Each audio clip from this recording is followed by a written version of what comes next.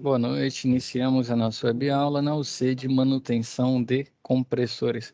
Pois bem, pessoal, deixei uma web aula gravada, né, referente à semana anterior aí para vocês. Lá tem dicas de SAP, tem um material que a gente aborda e também eu vou passar um pouquinho aqui na SAP 1. O que acontece? As notas dessa UC estão bem sugestivas, né? Geralmente quando a UC é curta, o pessoal deixa um fórum valendo, nesse caso aqui, 9 pontos, né? Então essa é uma nota bastante alta para fórum e para bom entendedor meia palavra basta. Mas como a gente quer pegar as competências, né, adequadas, vamos falar sobre a SAP 1 que vale 40 pontos e não tem mistério não, que é mal do coração, né?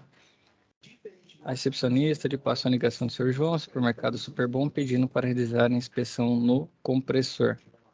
Então, o proprietário informou também que o profissional anterior que foi chamado para verificar o problema disse que o inconveniente provavelmente estava na compressão do fluido refrigerante, que ele não tinha os equipamentos adequados para verificar os parâmetros de trabalho e sanar o problema. Disse ainda que o primeiro profissional informou que o sistema operava com R22 e que o equipamento da partida trabalha por alguns momentos e desliga em seguida.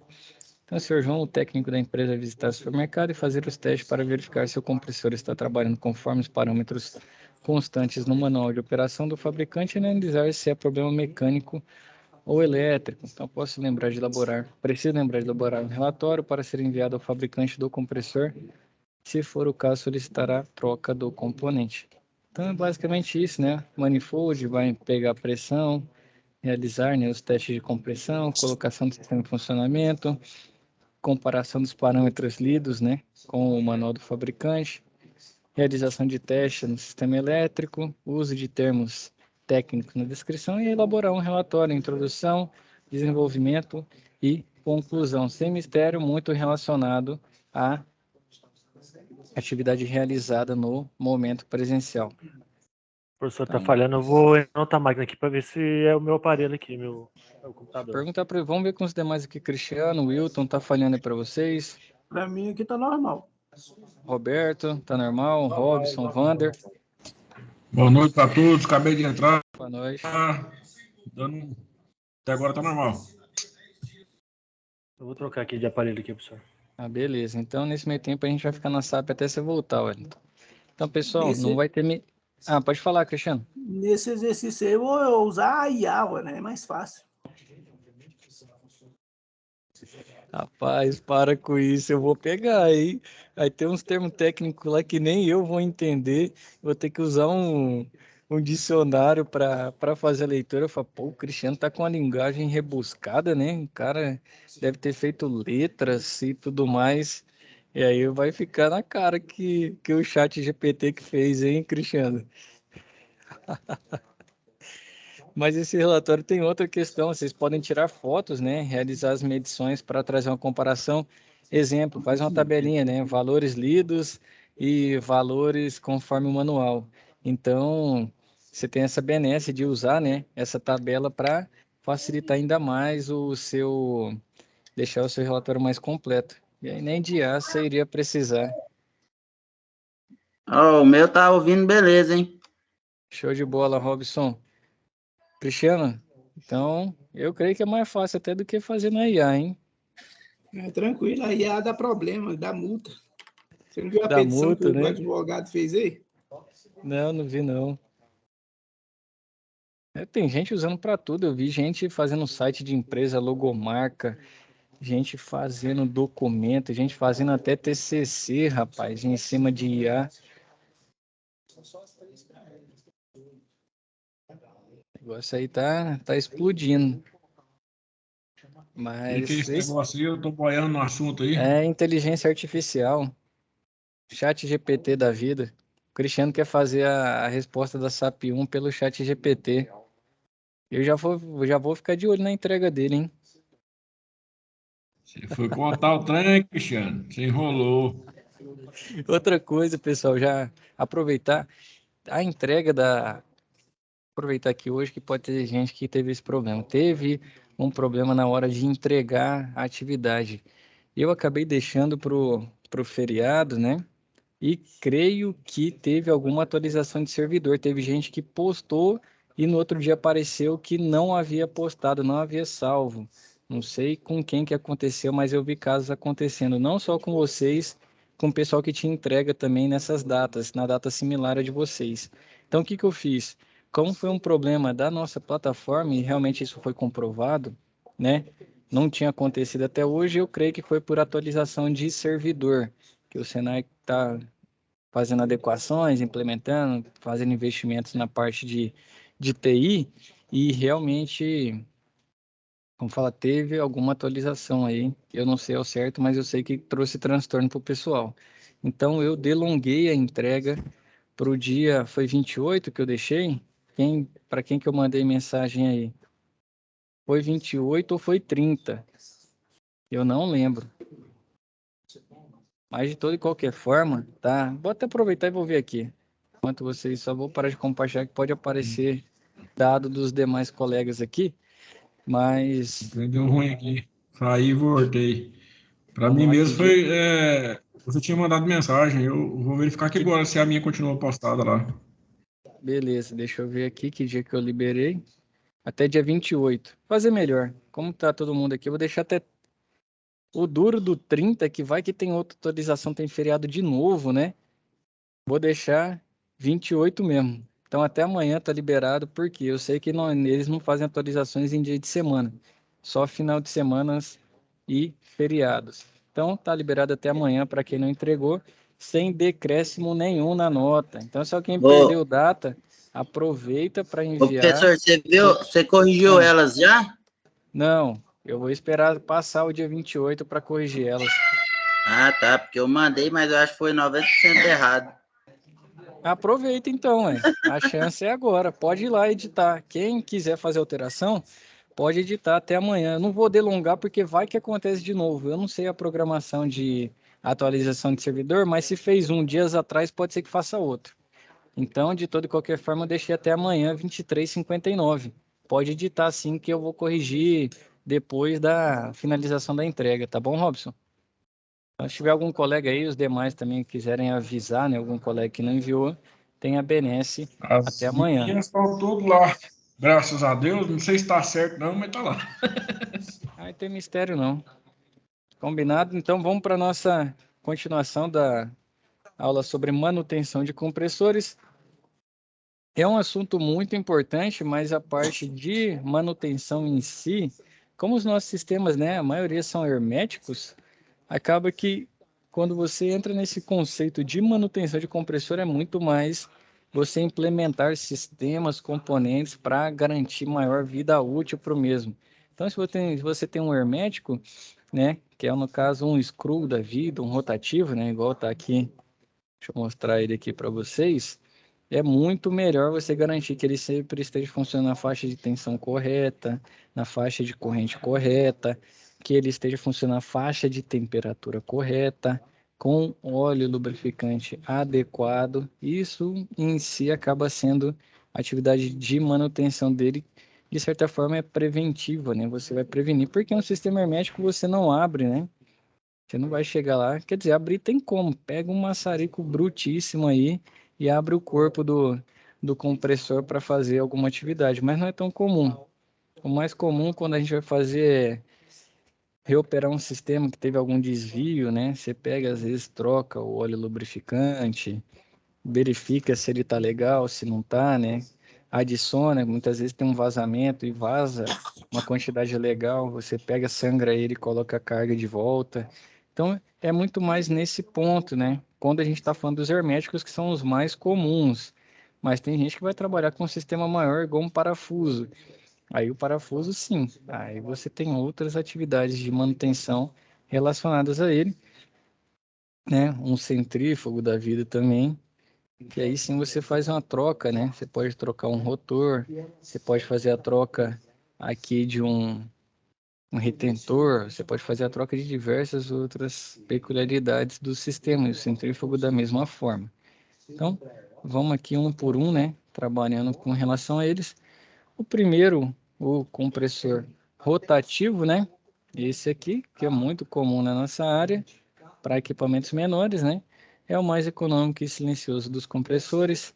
Sua grande eficiência em energia ocorre pelo ar que é comprimido nas espirais internas do equipamento, onde mesmo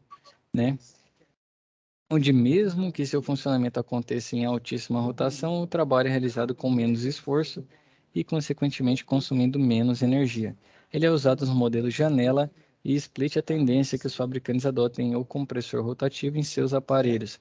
Então, se você pegar os residenciais, equipamentos aí até 30 mil, é comum você ter compressores rotativos. Ele fala em ACJ, dias atrás não tinha, mas hoje em dia já tem sim compressor rotativo em ACJ, né? O pessoal deu uma repaginada, deu uma atualizada, a ACJ funcionando como um split, né? Por comando de voz, por ligando com a Alexa da vida aí, muito menos ruído por usar um compressor rotativo, um inverter. Então a CJ está voltando. É lógico que tem um custo e o rendimento dele é muito bom, mas não é igual a um split pela questão construtiva. Analisando no aspecto de que, se você tem o seu prédio, ele é mais antigo, tem aquele vão, né, para colocar o ACJ, então o pessoal colocava condensador em cima, né, hoje em dia dá para voltar a utilizar, porque tem sim, né, esses ACJs aí atualizados com uma eficiência boa. E o compressor rotativo, qual que é o sistema dele, né? Ele faz a admissão ali, ó, conforme a imagem tá pequena, não tá tão simples. Ele faz a admissão, esse fluido que vai estar no estado gasoso, né? Lembrando que não entra líquido justamente para evitar a cavitação do nosso compressor. Por isso que a gente faz superaquecimento, como a gente viu lá no diagrama de Mollier, garante, né, que realmente toda essa carga de fluido refrigerante esteja no estado gasoso com superaquecimento, que é a quantidade de graus que ele passa, né, da ponto de saturação. Então ele admite e ocupa todo esse espaço aqui. Quem tiver pelo celular vai ver o laser. E aí o que que faz? Tem esse eixo que ele vai girando e o seguinte, vai comprimindo a área que o nosso fluido tem para ocupar dentro do compressor do rotor dele. Então na câmara de compressão dentro da câmara, né? Então ele vai diminuindo, diminuindo, vai comprimindo. O que acontece? Você tem um volume X que entrou, está ocupando o espaço X. Você vai diminuindo esse espaço, o volume, né, vai diminuindo. Com isso, lembra lá do PVRT, Lei dos Gases? Pressão vezes o volume igual a constante dos gases R, né, que cada gás tem o seu, vezes o T de temperatura. Se você, consequentemente, diminui o V, né, diminui o volume, para manter essa igualdade, do outro lado o R é igual, você faz o quê? O P, isso é lei dos gases, né? Então, quando você comprime ele, diminui o volume, o seu P de pressão sobe e sua temperatura sobe também para manter a igualdade. Então, por isso que o fluido entra a uma temperatura bem menor, né? Então, ele está, como fala? Numa pressão menor, numa temperatura menor, e quando sai a descarga desse compressor, sai com pressão e temperatura muito maior. Então, Ô, justamente... professor, Sim, Robson. você mudou a tela aí? Tá em alguma figura ou é só o meu que tá escrito compressor aqui ainda rotativo? Eu estou numa figura. Ué, Eu configuro sempre a aula para o aluno não conseguir mudar o slide, mas eu sei que em alguns casos a pessoa ainda consegue mudar. Como eu ué, não sei, mas pois eu é, estou no ué, slide 3. o meu é doido. Vou fazer o seguinte, vou parar de Ah, agora compartilhar. apareceu aqui, ó. Tinha um negócio aqui, apareceu, deu certo. Mas no caso, por exemplo, eu vou mudar para você, não vai mudar, quer ver? Mudei. Mudou aí para você também? Agora mudou, rotativo, compressor de Mudei novo. agora. Beleza, Mudei. mudou. Ah, então Fechou. show de bola. É porque tinha Salvou. um negócio aqui do lado aqui que tava ou eu escolhia ou você escolhia. Ah, então é isso. Para o pessoal, acho que não aparece porque está bloqueado. Para você aparecer, deve ser um bug do Teams aí, mas não era para É, aparecer, não. Tá bom? Então, o compressor ele vai diminuir esse volume, né? Para aumentar a pressão e temperatura, que é um processo importante aí na troca de calor que a gente tem dentro do nosso sistema. Outro é o rotativo inverter. Então, o que que muda? Ele tem a possibilidade de funcionar de forma variável, né? Então, vai ter a tecnologia inverter que vai controlar a rotação, né, velocidade de rotação, fazendo o mesmo trabalho em baixa frequência. evitando assim os picos de energia mas sem perder a eficiência. Então, só em comparação ao compressor rotativo convencional, né, a diferença do inverter é que pode chegar a 40% menos. Depende muito do caso, do número de horas que fica ligado. Se você liga pouco tempo, não faz tanta diferença para dormir. Se você liga o dia inteiro, na área comercial ou climatização técnica, e aí sim você vê a diferença sendo maior. Então, vale lembrar que o sistema inverter é exclusivo para os aparelhos split. Na verdade, não. Hoje, quando fez esse texto era, né? Mas hoje tem a CJ também com inverter. Então, por isso, o compressor específico para essa tecnologia é um pouco mais caro. O que muda? Nesse compressor, quando vocês olharem a etiqueta dele, vocês vão ver que ele tem uma faixa de rotação. Nesse caso desse aqui era de 900 a 7.200 RPMs. E tem uma faixa de tensão também, né? Que é o que o inversor faz, modula essa tensão para ele ser alimentado com menos ou mais tensão. Se você alimenta, por exemplo, aqui esse compressor, eu acho que está de 100 a 220, é algo assim. Se você alimentar ele com 150, ele funciona. Na verdade, quem faz isso é o inversor, né? A placa. Se você pegar um convencional, alimentar com 150, ele não funciona. Porque o funcionamento dele é com tensão de 220 com mais ou menos 10%. Então ele tem essa tecnologia porque ele implementa mais. Questão de manutenção do inverter, assim como o outro, não tem muito o que fazer, né? Por ser um sistema hermético. Mas a instalação de modo adequado de um equipamento inverter reflete muito na vida útil. Então, o pessoal quer usar hoje em dia menos KPP com menos vias, né? Ah, aqui é para 5 por 2,5. O cara vai lá, compra um de 3 por 1,5, jampeia lá, faz um. Acho que com 3, nem sei se consegue funcionar, mas vamos dizer que ele pega um com 4 e consegue jampear uma função na outra, mandar sinal e tudo mais. Isso aí pode afetar o quê? Alguma proteção, alguma coisa relacionada ao funcionamento, porque o inverter, a benesse dele, além de controlar, de trazer esse funcionamento variável, é ter mais proteções para o seu equipamento rodar mais tempo. Então, de certa forma, ele tem mais tecnologia embarcada para garantir maior vida útil. Qualquer parâmetro fora ele não deixa funcionar. Aí o pessoal fala, pô, inverter é muito chato. Na verdade, desde a nossa instalação é importante seguir os requisitos do fabricante e até na seleção desse cabo PP que eu vejo que muitas vezes o pessoal tenta utilizar um com menos vias ou um com a bitola menor e isso afeta assim no funcionamento. Então, a instalação dele é mais delicada, mais minuciosa, mas isso tem uma benesse, né? Tem um fruto que é uma vida útil maior. Então, essa é a diferença, né? Quando for comprar, posso comprar qualquer compressor para colocar na minha máquina inverter? Não, não é assim que vai funcionar, né? Ele tem sim um compressor com essa especificidade, que ele mostra um range de tensão e um range de rotação, certo? Temos os compressores alternativos também, isso aqui para o pessoal que trabalha com a área de refrigeração residencial, né? É bastante comum a parte de câmaras frias também, geladeiras, né? Tem supermercado para guardar medicamento, assim vai, tem esse tipo de compressor. Então, né, atua com um sistema similar a um pistão de carro em que o ar é comprimido. Por conta disso, o nível de ruído é elevado e ele consome mais energia. A vida útil também é menor. Gradativamente, ele está sendo substituído pelo sistema rotativo. Hoje em dia já é difícil encontrá-lo com preços acessíveis e é usado nos modelos de janela. Então a CJ antigamente vinha com esse tipo de compressor que ele tem um pistão ali fazendo a compressão muito similar ao sistema dos nossos veículos, dos nossos carros, né? Então ele tem um pistãozinho ali dentro para fazer essa compressão com a câmara de combustão e tudo mais. Realmente ele é mais caro, hoje em dia está mais aplicado à parte de refrigeração em si, na parte de climatização, creio que nem a CJ tem mais, né? Se não for antigo, se for novo, já não tem mais esse tipo de compressor. Já estão usando os rotativos. Qual que era a dificuldade? O tamanho, né? O rotativo ele é mais alto do que uma alternativa e não cabia dentro da carcaça de uma CJ. Então esse era o fator que dificultava. E isso já resolveram, né? Fizeram uma construção diferente para o rotativo. e o alternativo vai ficar mais focado nessa área. E realmente eles são mais caros e não é tão simples encontrá-los hoje em dia. Dependendo da capacidade que você necessitar, às vezes você tem que acabar encomendando um bicho desse aí, aguardando alguns dias para o fornecedor te entregar, e até fornecedor grande, porque diminuiu muito a usabilidade dele, né? O mercado dele ficou bem menor com relação aos outros.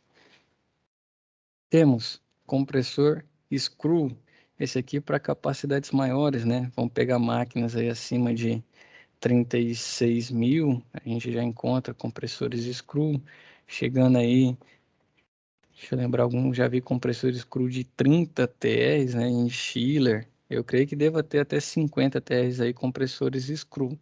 Então, qual que é a diferença dele, né? Ele tem duas partes separadas de forma espiral, onde uma permanece fixa enquanto a outra gira contra ela. Então tá aqui, ó. Ele tem duas espirais, né? Uma fica parada e a outra vai girando para quê? Comprimir da mesma forma, ó. Durante a sucção ela gira e faz a admissão no volume máximo, seria. Durante a compressão ele vai girando, vai diminuindo esse volume, até que vem na fase de descarga e libera esse fluido. Então, ele é dessa forma, ele acaba sendo até mais alto, geralmente a cabeça dele fica mais quente, né, no screw, porque onde faz a compressão ali é no alto dele, né. Esse tipo de compressor ele acaba sendo um pouco mais caro, mas ele tem uma boa eficiência energética. Então, ó, os compressores tipo screw, né, que é caracol excêntrico, possuem alta eficiência energética aliada ao baixo nível de ruído, garantindo baixo custo de operação e funcionamento suave e progressivo. Eles funcionam silenciosamente e são menos propensos a ter vazamentos quando comparados a outros tipos de compressores. O compressor screw é mais utilizado em chiller. Nem só Chile, né? Hoje em dia o screw está sendo utilizado num piso teto, e, por exemplo, você já acha screw, num self-contained você acha screw, num splitão você vai achar screw também. Ele é muito utilizado pela sua eficiência. Ele acaba sendo um pouco mais eficiente do que o rotativo, né? Ele tem uma eficiência maior do que o rotativo. Ele consegue ter uma vida útil maior também do que um rotativo. E realmente ele é silencioso, né? Comparado a outros tipos de compressores, é lógico, né? Falar silencioso não faz ruído nenhum. Não, não é assim também, né? Mas ele acaba sendo mais silencioso que os demais e é muito difundido aí. Ele está muito popular, né? Então aqui seria o recorte, né? Da parte interna desse tipo de compressor. Então tem um tubo de descarga aqui, o tubo de admissão do mesmo, e ele faz a compressão do fluido dessa forma. Detalhe construtivo dele. Certo? Temos outro tipo de compressor que é o compressor parafuso, né? Então são usados dois eixos em formato de parafuso interligados que giram em direções opostas. O gás refrigerante entra na câmara e é comprimido entre os parafusos. Então mostrar a imagem dele aqui, ele tem um rotor macho e um rotor fêmea. Lembra do sistema? O primeiro lá rodava no rotativo, ele rodava e ia diminuindo a câmara, né? Dessa forma aqui. Outro, né, pegando o mesmo princípio, o screw tinha duas espiras, né, duas espirais aí para fazer essa compressão. Aqui ele tem dois parafusos, então da mesma forma ele admite, né, a admissão no volume maior e no fim, antes da descarga, quando ele vai fazer a compressão, ele vai diminuindo esse volume. Então, o gás entra na câmara e é comprimido entre os parafusos, o gás é absorvido para dentro da câmara e levado até a condensadora. É mais comum vê-los sendo usados para fornecer ar comprimido, né, em estabelecimentos industriais no geral. Uma das vantagens desse compressor é que ele oferece um fluxo contínuo de ar. Então aqui está falando ar comprimido, mas pode-se ler gás também, né? O nosso gás já feita a compressão do mesmo, né? O nosso fluido no estado gasoso. E aí, qual que é a diferença dele? Ele tem dois rotores, um é o macho, o outro é o fêmea. Um vai girando contra o outro e diminuindo esse volume que o fluido pode ocupar, comprimindo ele.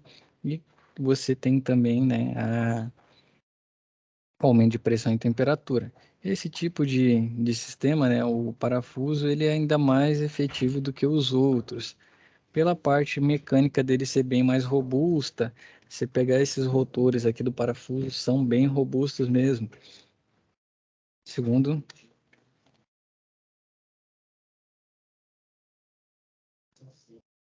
Muito comum encontrar eles da Bitzer. Alguém já viu os compressores verdinhos, compressor parafuso verde? Alguém tem algum no dia a dia aí? Isso aí eu só vi por foto. Só por foto, Robson? Alguém E trabalha? os vídeos dos meninos aí, dos outros grupos, né? Show de bola. Alguém trabalha com compressor parafuso?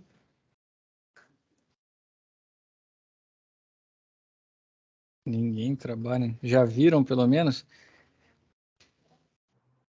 Eu já vi já assim, mas não Já trabalho. viu? Mas tem vários colegas meus que trabalham assim nessa área aí. Exatamente. Esse parafuso ele acaba sendo para manutenção mais simples porque ele é semi-hermético. Então você consegue desmontar parte do compressor, que é a parte mecânica. Vai ter a parte elétrica também, a gente não faz a desmontagem dela porque não é de nosso interesse geralmente, né? A parte elétrica geralmente a gente manda para quem rebobina, né? E por muitas vezes ele não consegue fazer esse trabalho de ajuste. Mas ele é basicamente semi-hermético, né? Você consegue sim fazer o trabalho nas partes mecânicas dele. Então, quando você desmonta o mesmo, né? Você consegue, como eu falei, trocar um rotor, trocar um retentor e assim vai, sendo que é muito difícil isso aqui danificar. São muito robustos, vida útil muito grande, muito comum em chiller.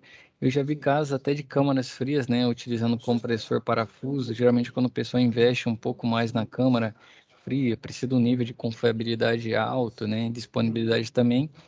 É um equipamento que realmente os poucos, né, que eu tenho trabalhado com eles, eles são muito mais muito mais robusto. Se você consegue colocá-lo para rodar dentro das especificações adequadas, bem instalado, faz o superaquecimento, subresfriamento, como é câmara fria, né? Deixa redondinho o sistema, demora para dar problema. Até vazamento de óleo e de fluido é mais difícil ocorrer com equipamentos que tenha compressor a parafuso. Eu já vi um que o pessoal montou em acrílico, né, da Bitzer, na Febravo. A última que eu fui foi em 2017, né, tem tempo demais já. E o pessoal tinha um desse aí em funcionamento e tinha uma parte em acrílico justamente para verificar. E realmente o bicho ele acaba sendo mais caro, né? A instalação dele é mais cara, a manutenção dele para peças sobressalentes é mais cara, disponibilidade não é tão simples encontrar, né? Muitas vezes você tem que realmente encomendar a peça até ela chegar, mas também quebra pouco, né? Quebra bem menos que os demais. Os outros são confiáveis se bem instalados? São, mas esse aqui acaba sendo mais confiável ainda, né? É como se fosse um sistema superdimensionado, porque ele realmente suporta muito mais tempo de trabalho, até condições inadequadas ele acaba sendo mais parrudo, mais robusto. Então, gira um rotor contra o outro, vai diminuir nessa área até a descarga. E aqui tem outra coisa também. Nos outros compressores, por que que a gente faz o superaquecimento? É para evitar que entre o que no compressor?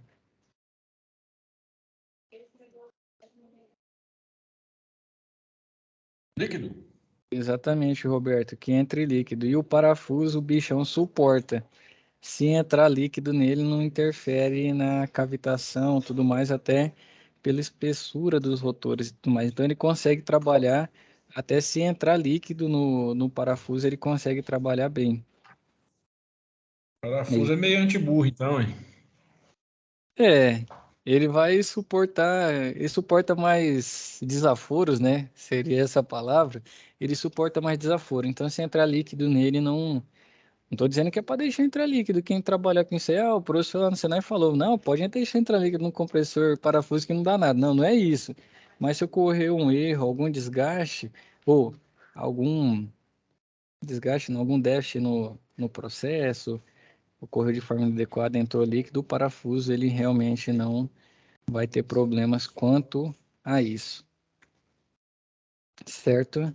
E o outro é o centrífugo. Eu sei que esse centrífugo tem poucas unidades. Eu creio que em Goiânia eu não sei se algum shopping center aqui usa, não sei se eu creio que o Flamboyant não usa compressor centrífugo. Eu acho que o deles são parafuso ou screw. Eu nunca entrei na casa de máquinas lá, mas eu creio que no aeroporto tem um compressor centrífugo. Então, qual que é a diferença dele? Ele usa a força centrífuga em si para fazer o trabalho, né, de compressão.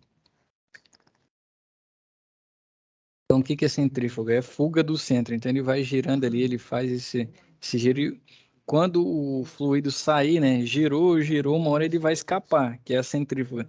Na hora que ele está com bastante velocidade escapando, vai ter uns defletores que vão estrangular a passagem dele. Então, como ele vem com muita velocidade, ele acaba passando porque ele tem energia, mas nesse processo de passar por esses espaços, né, que seriam defletores, ele vai fazer o que? A compressão do mesmo, vai diminuir o volume, né, o espaço que tem para passar, ele vai, com diminuir o volume, aumentar a pressão e temperatura. Então, o modelo adequado, quando o objetivo é trabalhar em uma faixa mais ampla de fluxo de ar, sem que mude a rotação. Então, voltando, o parafuso já encontra ele acima de 50 TR, 100 TR, eu creio que ele chegue por aí, uns 100 TR ou até mais, né? E o centrífugo aqui, você consegue trabalhar com 500 TR, por exemplo. Então, as maiores máquinas, né? Você vai ter um compressor centrífugo. Então, ele ocupa bastante espaço e o custo é muito elevado também. Então, ó, trabalhando uma faixa mais ampla de fluxo de ar sem que mude a rotação.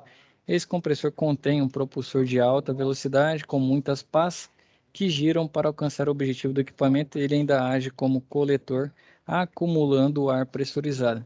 Então, como ele vai funcionar, né? Girou, girou, girou. Quando for ter a velocidade centrífuga, ele vai passar por esses defletores. Seriam furinhos, né? De certa forma. Quando ele vai passar, ele acaba sofrendo essa compressão. Então, aqui você já vê compressores muito parrudos, né? Gigantes, casa de máquinas grandes aí para esse tipo de compressor. Porque em vez do cara ter vários por parafuso, por exemplo, ele acaba tendo um só centrífugo, né? Ou em vez de ter 4 parafusos, tem 2 centrífugos, né? Pensando na redundância, e assim vai. São equipamentos mais difíceis de encontrar. Eu nunca vi um. Eu sei, a última vez que eu vi, tinha um colega que tinha falado que tem um no Santos Dumont. Alguns shopping centers podem ter. Exemplo, o Orion aqui, que é o prédio mais expressivo da cidade, né? Salvo engano, o dele não é centrífugo. Eu não sei agora, mas eu estou tentando lembrar. Teve um colega que falou sobre esse processo. Eu creio que ele não seja centrífugo, o sistema dele, seja de parafuso. E assim vai. Então, parafuso para as maiores edificações é o mais comum, mas o centrífugo aí vem ganhando espaço, né? Lógico que se você pegar sistemas grandes, né, em Goiânia já são poucos centrífugos, então praticamente eu creio que tem no aeroporto e não sei em outro local que possa ter. E ele, o sistema dele é dessa forma, né? Qual que é a grande diferença? Esse aqui também você consegue abrir e fazer manutenção na parte mecânica dele, trocar um retentor, conferir, vai ter vários elementos mecânicos aí, né? Vai ter um rolamento, vão ter engrenagens e assim vai, que mostra o pistão, mecanismo de ajuste, polia, câmara de sucção, saída da câmara, base, eixo de transmissão. Então você pode fazer troca de todas essas peças, né? Como ele desmonta, você com certeza tem acesso para fazer a troca. É comum, né? Geralmente o pessoal que é técnico troca uma ou outra parte mais simples, quando é maior, traz o pessoal envolvido com mecânica em si, né? Então, montadores mecânicos aí para fazer esse trabalho, mas nada impede que nós façamos também. Então, tem dificuldade de encontrá-los, né, no dia a dia, assim como o parafuso, mas você tem a possibilidade de fazer a troca. Até trocar um óleo lubrificante, tudo mais, fazer uma limpeza do sistema, né? Limpar o seu compressor, você tem a possibilidade de fazê-lo com esses dois aqui, né? Que não são herméticos, que é o caso do parafuso e o centrífugo. Outra informação importante que nós temos com relação aos compressores é a classificação dos mesmos. Não sei se vocês já tiveram curiosidade, viu que alguns vêm, os mais comuns no nosso dia a dia, né, para climatização técnica e de conforto é o HBP, né? Não sei se vocês já viram, e quando vai comprar tem essa sigla. Outros têm o MBP e o LBP. Alguém já tinha notado isso aí nos compressores?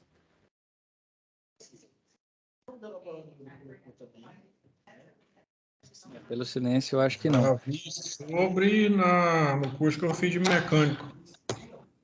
Show de Mas bola, então. chegar a ver o compressor mesmo, eu nunca vi, não. Deixa eu ver Assim, se na já vi imagem os vai compressores aparecer. abertos lá no Senai, Os compressores herméticos, né? Lá do Senai, lá tem uns abertos lá, já vi lá, mas Uhum. os Deixa eu ver se maiores eu não. consigo pegar aqui um rotativo, pegar um 12.000, que é o mais comum. A etiqueta dele vai mostrar, ver se eu consigo trazer ele aqui, vai trazer justamente essa sigla do HBP, LBP, MBP. Deixa eu ver se esse aqui traz. Não é essa sigla aí que eles falam também que faz a conta para pôr o capacitor? Na Não é verdade, não, não. né? Essa sigla aqui eu vou abrir ela. É o LRA que o pessoal utiliza Ah, para é. fazer conta, né? LRA. Load, range, é a corrente, né? Corrente de carga plena. Não, esse aqui eu vou mostrar para você. Eu quero achar uma imagem para a hora que o Google deixa a gente na mão, hein? HBP. O que é isso? É a sigla em inglês que traz a relação da pressão de descarga. Então, deixa eu ver aqui como está o slide. Vamos lá. Eu vou ver se eu acho uma imagem. Então, HBP é alta pressão de retorno, é High Back Pressure, né? Então, pressão de retorno alta, geralmente para sistemas. Quais sistemas que têm uma pressão alta? São os nossos, né? Mais comuns aí, geralmente para temperatura de evaporação de menos 5 até 15 graus Celsius, a de evaporação. Então, os nossos equipamentos, né, ar-condicionado comum, eles são compressores HBP, que a pressão é mais elevada. Então, o medium back pressure, né, então pressão de retorno média, são já equipamentos ali utilizados para refrigeração. Colocar uma geladeira ali que você quer manter uma bebida na temperatura de 5 graus. Eu creio que eu não lembro mais freezer, mas acho que ele chega a temperatura até negativa para a bebida, né? E a bebida não congela. Quem gosta aí de um suco de cevada, lembra aí qual que é a temperatura que fica aquelas geladeiras lá? Tem uns mostradorzinhos. Eu creio que ela chega até temperatura negativa, né? Tem umas geladeiras, chega a 4 graus, 5. Eu falo para bebida, né? É, Exatamente. E a bebida não congela, né? menos 4, né? Congela. Menos 4, menos 6, 12. Oi? Fica excelente. O Roberto tá falando que fica excelente, menos 4, né? É Então, menos 4 aí dela. é porque a bebida é diferente, não? Refrigerante, a cerveja, ela tem um ponto de congelamento mais baixo, exatamente. E aí ela suporta até menos 4. Então ali vai ser, né, o MBP, que é o média pressão de retorno, balcões comerciais, bebedouro, justamente porque a pressão é média. Aí ali a pressão muitas vezes você já vai tendo abaixo da atmosférica, né, que quando dá o vazamento, em vez de sair o fluido e o óleo, só um segundo. Em vez de sair o fluido e o óleo de dentro da tubulação, acaba entrando o ar, né, ambiente dentro da tubulação, umidade e tudo mais. Porque acaba trabalhando com pressão abaixo da atmosférica. Então, até geladeiras, né, chegando a menos 4 aí, que o Roberto falou que fica excelente, né, a bebida. Lógico que você não vai colocar uma água lá dentro que vai congelar, né? A água normal numa garrafinha de água, menos 4 já congelou, acho que até 2 graus, 3, 2 já está congelando já. E temos o LBP, que é o Low Back Pressure, né? Então, baixa pressão de retorno. E aí sim, sistemas de congelamento, né? A gente for numa câmara fria, um compressor de câmara fria, temperaturas aí abaixo de 10, né? Menos 10, menos 15, menos 18, menos 30. E aí para baixo, meu amigo, é tudo LBP. E você vai encontrar na classificação do seu compressor. Então, isso aqui influencia o seguinte, estou com um sistema aqui que ele é 36.000 BTU/hora. Aí você vai comprar o compressor, mas é para uma geladeira, não é para um ar-condicionado. Então, em vez de pegar, vai ter um HBP. Fala, pô, não quero HBP não, quero um MBP, que é a situação que eu vou trabalhar, né? Uma pressão de retorno média. Deixa eu ver se eu achei esse compressor aqui. Rapaz, é a atividade da etiqueta aqui. Realmente tá complicado eu achar o que traga essa informação na etiqueta. Mas é comum, até quando a gente vai comprar, né? Tem essa informação no compressor. Tô procurando um aqui na internet, mas não tem nenhum não com essa mostrando isso na própria etiqueta dele. Eu não achei fácil aqui. Seria LBP, MBP ou HBP. Mas isso vai ser importante aí na hora de selecionar o seu sobressalente. Sim, Thiago? Eu estava falando que exatamente é o tipo de aplicação. Se você souber exatamente para o que você quer fazer, igual, por exemplo, eu tive que fazer uma modificação numa máquina de picolé que eu tinha. Porque ela atingia, por exemplo, ela tinha muita dificuldade normalmente ali até menos 15 de temperatura. E, por exemplo, para você congelar os picolés de uma forma um pouco mais rápida, sem que você tivesse problema com retorno muito baixo, ou seja, para retornar ali para o compressor, eu tive que fazer algumas alterações e também mudei o compressor. Eu coloquei ela para trabalhar com menos 30 graus. Como ela, por exemplo, o compressor vai a menos 35, eu mudei o gás, que era um R22, né? Do compressor, e coloquei um 134. Mudei a válvula de expansão, a válvula, né? A gente mudou a válvula, mudou o sistema e mudou o gás. Mudou o compressor e mudou o gás que a gente utilizava. Passou a usar o 134, 74, né? Aí você consegue atingir temperaturas bem mais baixas. Exatamente. E tirava o picolé, por exemplo, com meia hora, 35 minutos, para tirar com 20, 15 minutos. Outra coisa importante que você falou é que isso afeta também o tipo de fluido que vai ser utilizado.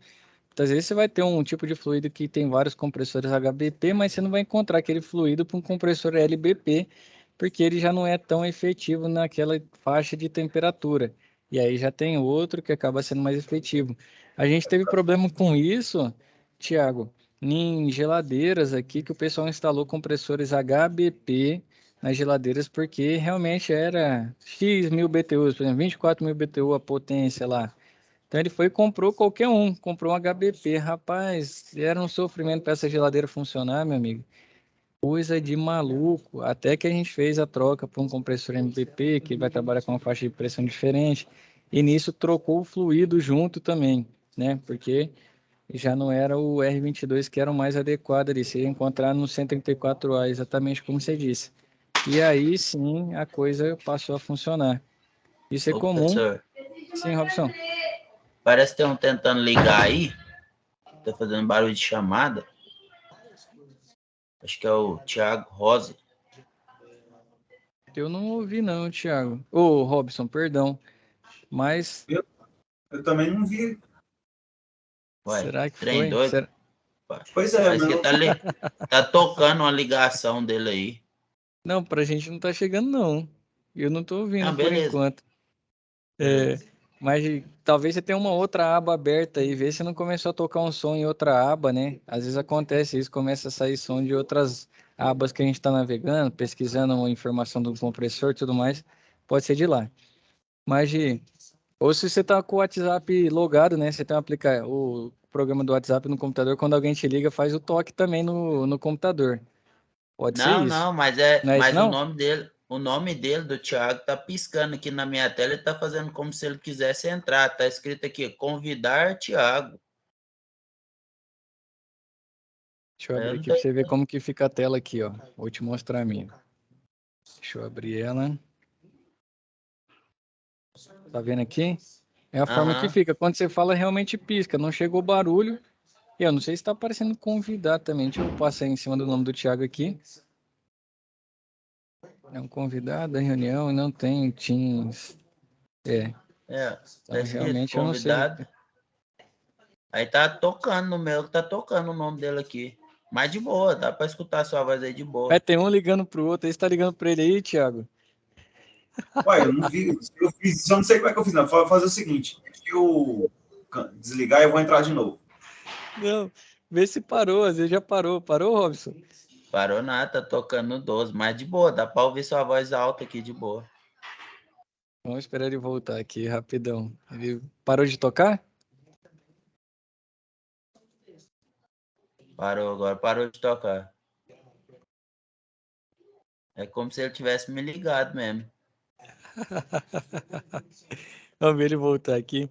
Mas então, pessoal, teve realmente, voltando aquele caso lá, teve que fazer a troca porque você já não encontra, né, um compressor MBP, LBP nesse tipo de fluido.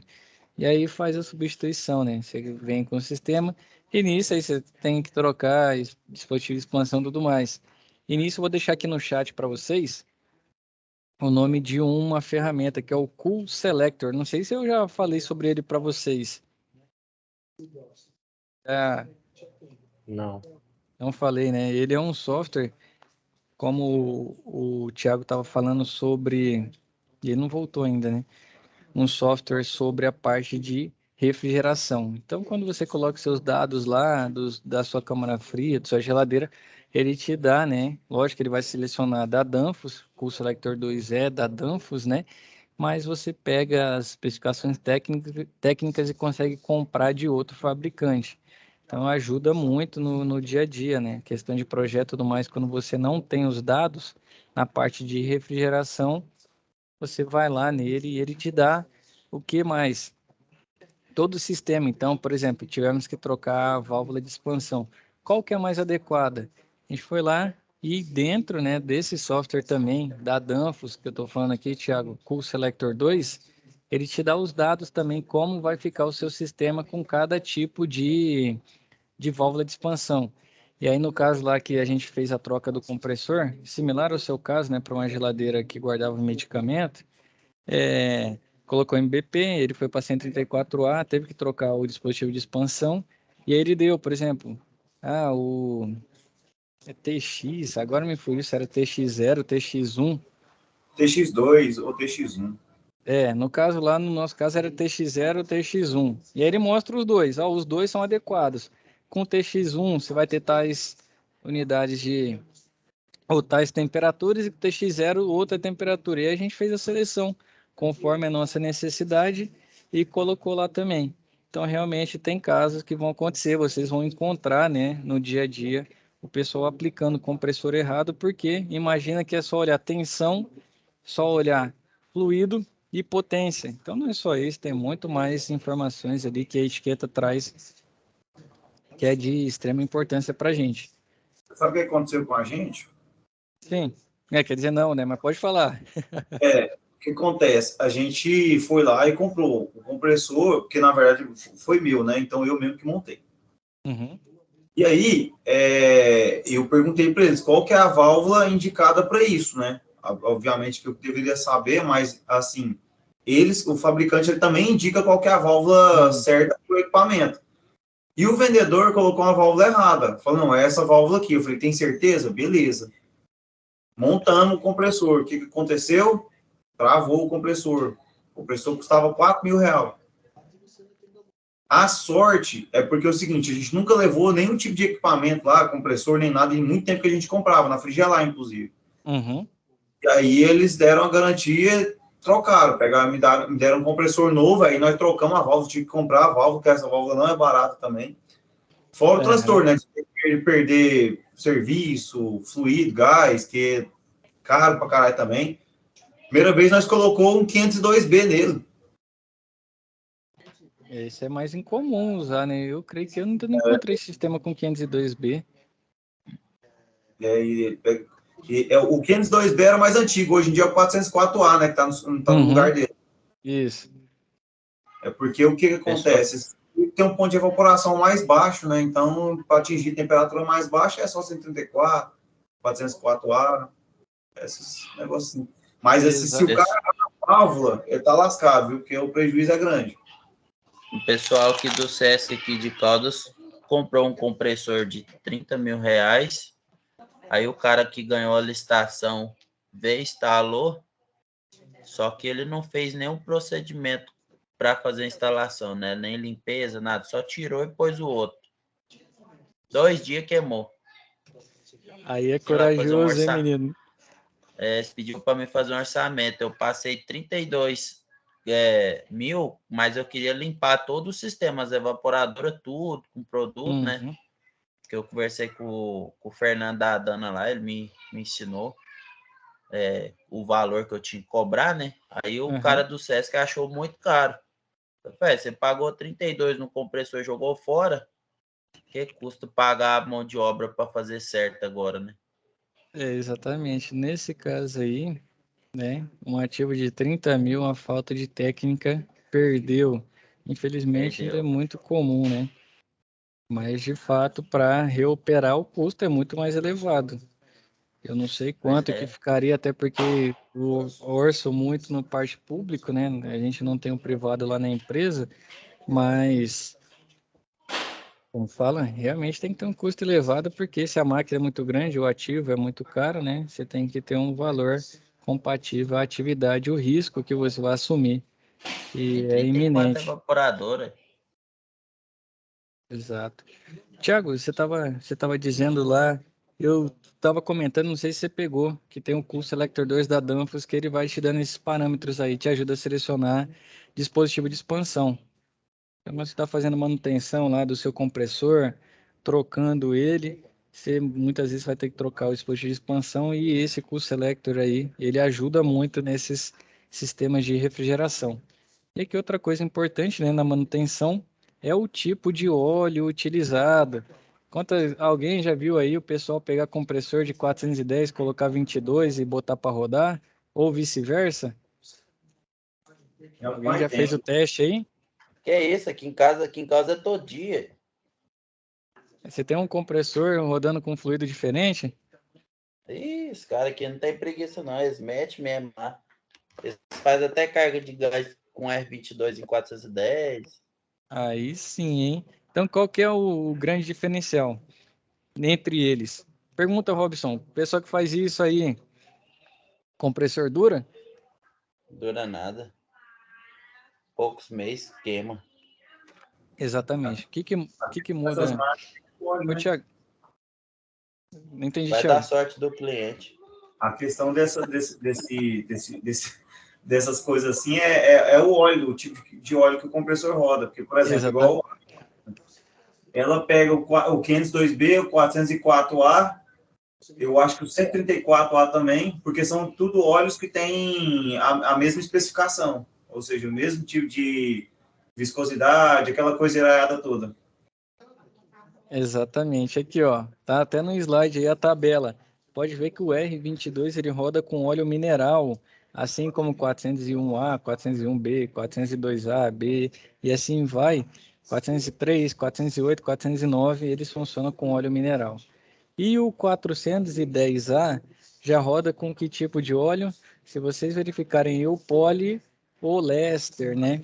Que é o tipo de óleo que o pessoal comumente chama de óleo sintético quando vai comprar, né? Então, ele roda com isso. Se você coloca um 410 num compressor de 22 sem esgotar o óleo, a primeira coisa que eu já te garanto é que vai ter reação química entre o fluido e o óleo. Vai criar uma borra, aumenta a viscosidade, trava compressor, tchau, obrigado.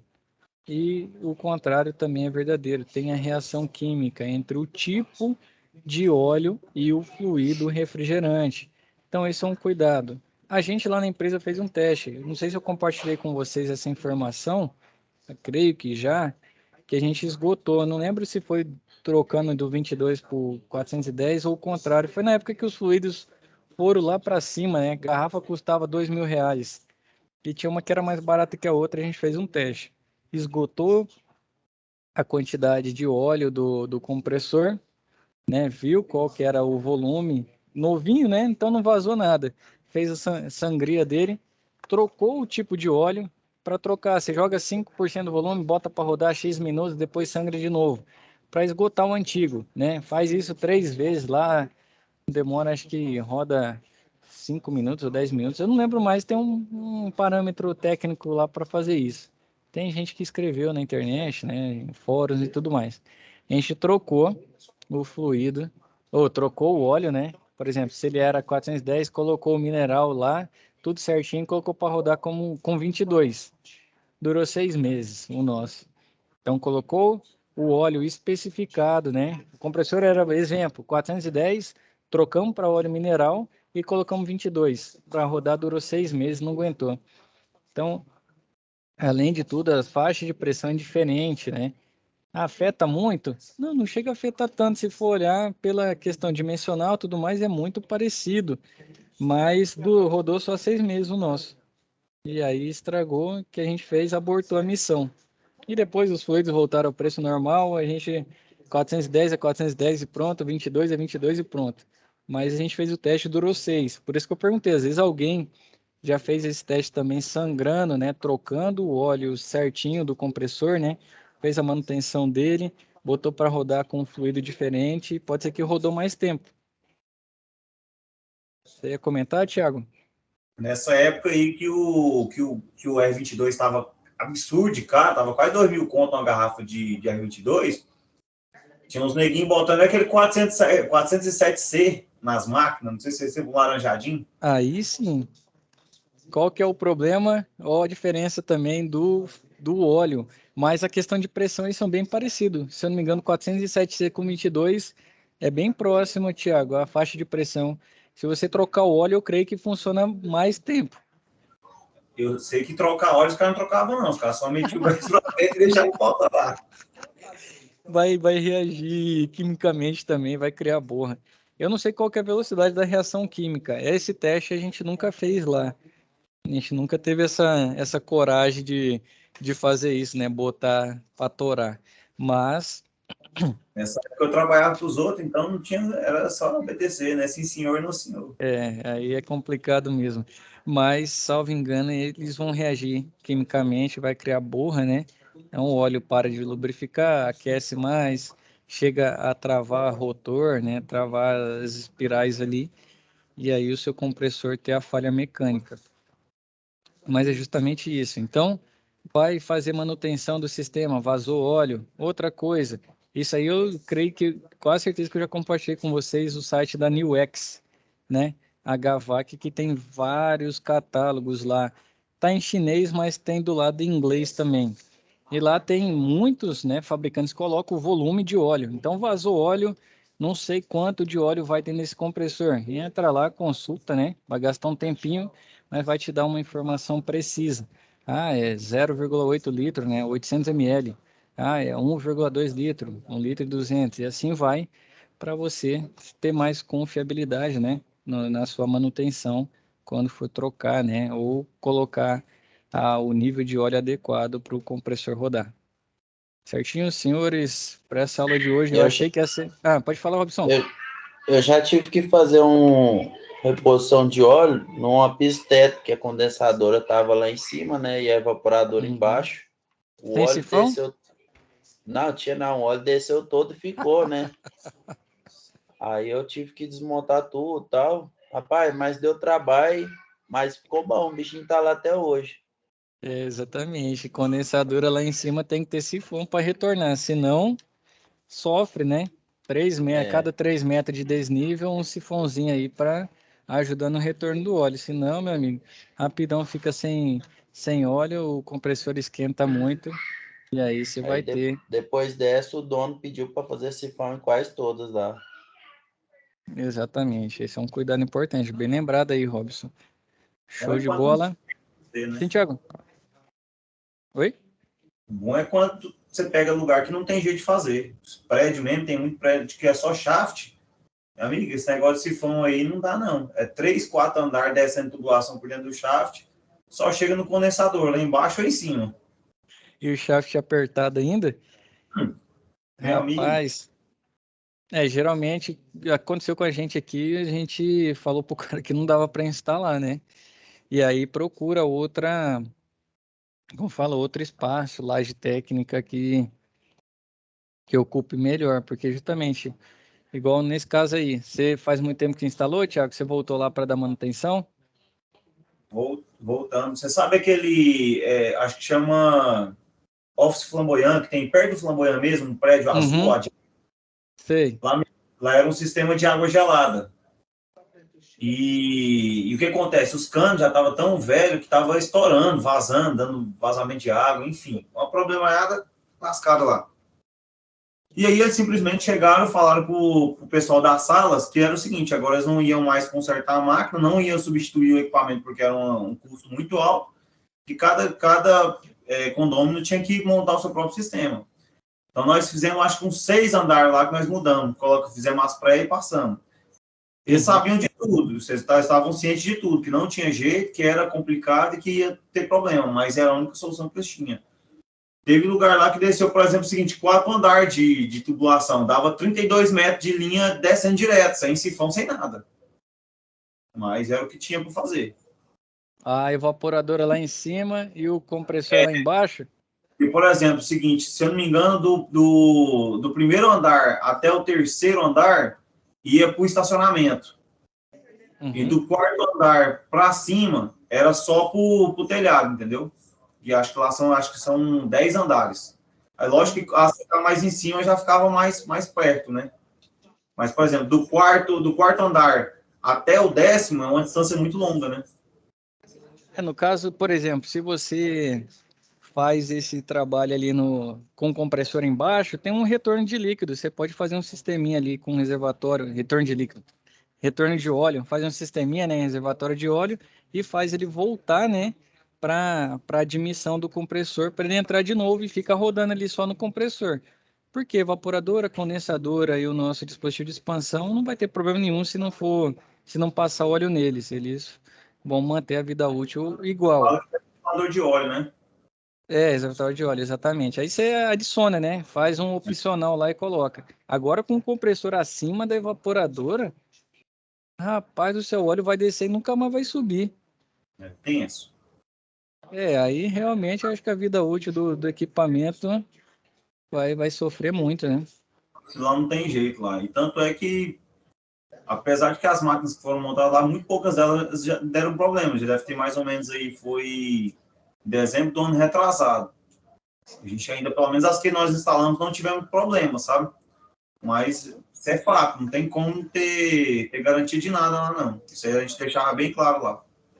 É o retorno do óleo. Fala aí qual que é o fabricante que você instalou, que eu já tenho um teste validado que ele é mais robusto, né? Era que marca lá, Thiago. Cara, nós montamos de tudo quanto é tipo de marca. Por exemplo, a gente montou 2 Daikin Bulletin, porque tinha umas máquinas lá que a gente estava aproveitando o quê? Como elas já eram dutadas, as salas eram dutadas, a gente aproveitou os Bulletin. A maioria ou era Carrier ou Daikin, que é os que a gente montou. Teve cliente que optou por cassete. Ele arrancou os dutos tudinho que tinha no andar, né? Uhum. Quebrou forro, refez forro tudinho, arrancou os negócios e montou cassete. Cassete da LG. A maioria das máquinas que a gente montou foi essa. E teve gente que optou por splitzinho normal mesmo, GRI, Midea, essas marcas comuns. Mas o que a gente mais montou lá foi aquele split duto da Carrier. Built-in da Carrier. Rapaz, isso é a tristeza da manutenção nesse bicho, hein? Fazer a semestral nele lá, fazer a lavagem, desincrustação da serpentina aí é um sofrimento, hein? Só quem já fez sabe. Ai, credo. Deus é mais. O Pedro já deu choque. Sabe o que era mais triste? Ter que ficar comprando. E largar tudo lá. Ah, meu Deus. Ô, Wilton, sabe o que era mais triste? Ficar comprando placa de forro mineral. Puta, eu não sabia que aquele trem era tão caro, bicho. Meu Deus. Eu tava servindo um lugar ali que tinha umas lá, Ave Maria, meu Deus. Quando chegava na parte delas, era só tristeza. Ninguém gosta de fazer, não. O ideal é instalar ela com uma bandeja embaixo, né? Com Acho que certeza, seria o jeito. lá de tanto nós brigar, colocar na bandeja lá no finalzinho do contrato. Ah, show de bola. Porque aí ajuda, facilita. Sim, aí A tinha gente resíduo com a de água, ficou show. Show de bola, hein? Thiago, ia falar? Quando o cara entende, é até bacana. Por exemplo, a gente fez um cliente ali no New York, na 136, aquele prédio da New York ali. Uhum. Os caras viraram para a gente e falaram, não, lá em São Paulo a gente não coloca, não tem nem jeito, o alçapão que você faz de baixo para poder ter acesso à máquina, não tem. Eles falaram, não, aqui no máximo o que nós trabalhamos em São Paulo é 40 por 40. O arquiteto fez dessa forma, o forro ficou desse jeito. Não tem como você fazer manutenção. Eu quero saber como é que eles vão fazer a manutenção aqui. Não faz. Vai ter que inventar um sistema novo aí de manutenção, fazer limpeza sem água. Não, mas não tem jeito, cara. Eles até queriam que eu fizesse contrato de lá. Eu fiz e passei o preço lá em cima. Eu faço, mas vai ter que ser caro. É que no caso você vai ter que fazer como fala, um ponto, né, para trabalhar, para dar manutenção. Você vai ter que ajeitar, né? Tem que rasgar forro, dependendo do caso. E aí o custo é elevado mesmo. Show de bola. Pessoal, dúvida com relação a como fala, esse conteúdo de hoje sobre os compressores, a SAP, essa aí tá bem tranquila. A dúvida é gigante, mas nós vai adiantando. Mas com relação ao que a gente falou aqui na web aula de hoje, tranquilo? Tranquilo. Essa SAP é aquela das perguntas? Não, essa SAP vai ser um relatório bem pertinente à atividade que vocês vão fazer sábado lá no presencial. Professor, esses relatórios não cabem mais não, toda SAP agora tem relatório, Maria. A maioria tem relatório. Porque...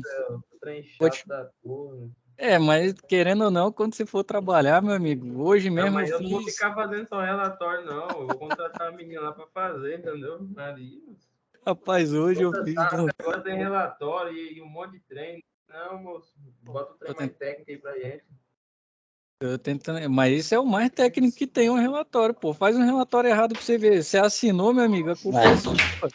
Mas eu tô tentando entrar também, entregar relatório pros clientes. Aí eu vou fazendo na nota do celular aqui, tiro foto, põe na nota, tudinho, que aí eu envio a nota pro cliente, né? Rapaz, mas dá um trabalho desgraçado. Wilton, você tá falando aí da parte técnica, o Robson até complementou aqui. Você faz um relatório, você assina, meu amigo. Se depois der pau em qualquer coisa, o cara vem ler seu relatório, ver o que você escreveu e você é responsabilizado. Eu sei que é importante, mas nossa senhora, toda SAP agora é relatório. Vai ter mas muita... é importante, né? O relatório é para facilitar. O pessoal geralmente escolhe relatório para facilitar e até dependendo do caso, igual esse que é manutenção de compressor, não vai escapar muito, não. Tem algumas que poderia ser conta, né, ou algo mais subjetivo, que era até a lista de exercício, mas foi um teste que fez antes, acabou não sendo efetivo e para vocês eu não considerei essa lista. Mas o relatório hoje mesmo eu fiz, foram 2 agências, então quando faz é um laudo na verdade, né, faz um laudo, assina ali, o cara manda para frente, troca a máquina, se pega a máquina, por exemplo, você deu laudo que tinha que condenar e não era isso, às vezes o cara pode vir atrás de você e responsabilizar, a CFT, aciona o CFT, CFT te chama para conversar, meu amigo, e aí a conversinha dos caras lá não sai barata não, hein, é uma multinha, dá um sermãozinho. Você tem que vir na Câmara, por exemplo, aqui em Goiânia, acho que você está em Goiânia, né, Wilton? E o meu CREA, por exemplo, é do Mato Grosso. Se eu chegar num ponto de ter um problema desse, eu tenho que viajar até Cuiabá, no Mato Grosso, para tomar a multa e um sermão. Então, por isso que o pessoal cobra tanto, porque no fim, quando você for realizar, o técnico em si acaba fazendo muito relatório no dia a dia. Executa, a atividade executa, né? Quem está mais na linha de frente, no chão de fábrica, tudo mais que a gente fala, né? Na pista aí, fazendo manutenção, mais relatório. Porque é um dos diferenciais, né? O cara que não é técnico, ele não pode ficar emitindo. São segundos. E se ele emite, não tem muito valor. De que caso? Não que ele não saiba. Muitas vezes o cara até tem mais experiência do que quem é técnico. Mas não tem onde cobrar ele, entendeu? Igual você que vai ser técnico, tem um CFT para te cobrar. Se advento, vira engenheiro, tem um CREA para te cobrar, entendeu? É muito isso. Isso aí, professor. Vamos ter que aguentar os relatórios, então. Isso aí eu não vou mentir, não vou te dar falsa esperança, porque tem muito relatório e no fim, o C de projeto é muito mais que um relatório, né? É um documento bem grandão que tem que ser feito. É lógico que vai ter conta, tudo mais, vai envolver tudo, mas você vai entregar algo puramente técnico, né? Para fazer a leitura e a instalação ou compra, né? Implantação do sistema. Isso aí é foda, porque é o seguinte, né? Isso aí é tipo o seguinte, se correr o bicho pega, se ficar o bicho come. Porque se você faz e erra, você se lasca. Se você não faz, você se lasca também. Porque, por exemplo, eu já vi umas 4 empresas aqui em Goiânia que tomou uma multa de 10 mil porque não emitia relatório para os clientes e nem fazia assinatura, né? Né? Você toma multa, por exemplo, um relatório, você fez um serviço, não entregou o que você fez, um relatório legal, o cara pode acionar a garantia para qualquer coisa. Você não escreveu o que você fez. Você não escreveu que cuidado ele tinha que tomar, que atividade que ele não podia fazer com aquele ativo. Então, se você não entrega isso, meu amigo, ele pode fazer qualquer coisa e acionar a garantia depois. E aí entra código do consumidor, que você tem que dar 90 dias de garantia, dependendo até mais, e você não escapa, não. Se ele entra num Procon da vida aí, vai ser mais barato vai ser mais barato você resolver o caso dele do que contratar advogado. Eu faço só do Daikin também, né? Porque eu sou autorizado da Daikin, eu faço só dos Daikin. Acaba que você não vai escapar muito disso não, Wilton. E até os serviços que você vai ganhando mais grana, você vai fazendo isso aí para evitar um risco de um retorno, porque tem muito cliente que age de má fé também. Infelizmente, existe e não é pouco. Então, às vezes você não entrega ali um relatório de partida, né, ou de startup, ou você não entrega um relatório de finalização do serviço com as especificações que ele tem que ter, o cara pode te sacanear. Relatório, nota fiscal, tudo eu emito aqui, mas aí já tem eu quase não fico nessa parte, não. Eu tenho uma pessoa que faz isso para mim, entendeu? Eu tô no campo. Até por isso, você tem alguém que faz, né? Aí, com certeza, não dá para estar no campo e aqui no computador, não tem como, entendeu? Loucura. Não, mas os relatórios do campo mesmo, você tem que ir preenchendo, é foda. Igual o dia que eu instalei umas Daikin, uns multi aqui. Aí mandei pra mulher da Daikin para ganhar uns pontos lá, né? Ela falou, você fez relatório? Aí eu falei assim, fiz, não, por quê? Ela falou assim, cuidado, hein? Se você tomar algum processo aí, nós tem como te ajudar, não. Aí ela me mandou uns modelos, uns relatórios, eu comecei a fazer. Porque senão, é porque eu dou a garantia de 10 anos, né, velho? Aí se fuder a máquina, eu tô todo fudido depois. Exatamente, é por isso mesmo. Então, o relatório Só que um LGzinho eu cobro aqui 500 e pouco, um Daikin, qualquer Daikin de 9 mil, eu cobro 1.000 conto, 1.200. Se quiser, faz. Se não quiser, tchau. Exato. E aí, realmente, o relatório, igual a Robson disse, te resguarda, né? E resguarda você, resguarda o seu cliente, resguarda todo mundo para casos futuros. Certo? Senhores, então, agradecer a presença aí de vocês hoje. Todo mundo, bons estudos, mantenham-se estudando. Bom feriado aí, aproveitem com moderação. Fiquem com Deus e até nossa próxima web aula. Eu não aguento mais feriado, moço. Pelo amor de Deus. Boa noite. Não trabalha. Falou, galera. Já tá com o filho inchado já, Rob? Vai, não trabalha. Só todo final de semana é porra de feriado. Aí os funcionários não vai, cliente ligando. Que desgraça. Ela tá em Caldas Novas e tá reclamando de feriado. Tem bala. É o Roberto, bicho. Deve ser dele. Num mês, 4 feriados, viado. Você é doido? Eu vou encerrar a gravação aqui, só um segundo. Vai lá pro de home, meu moço. Vai gastar o dinheiro.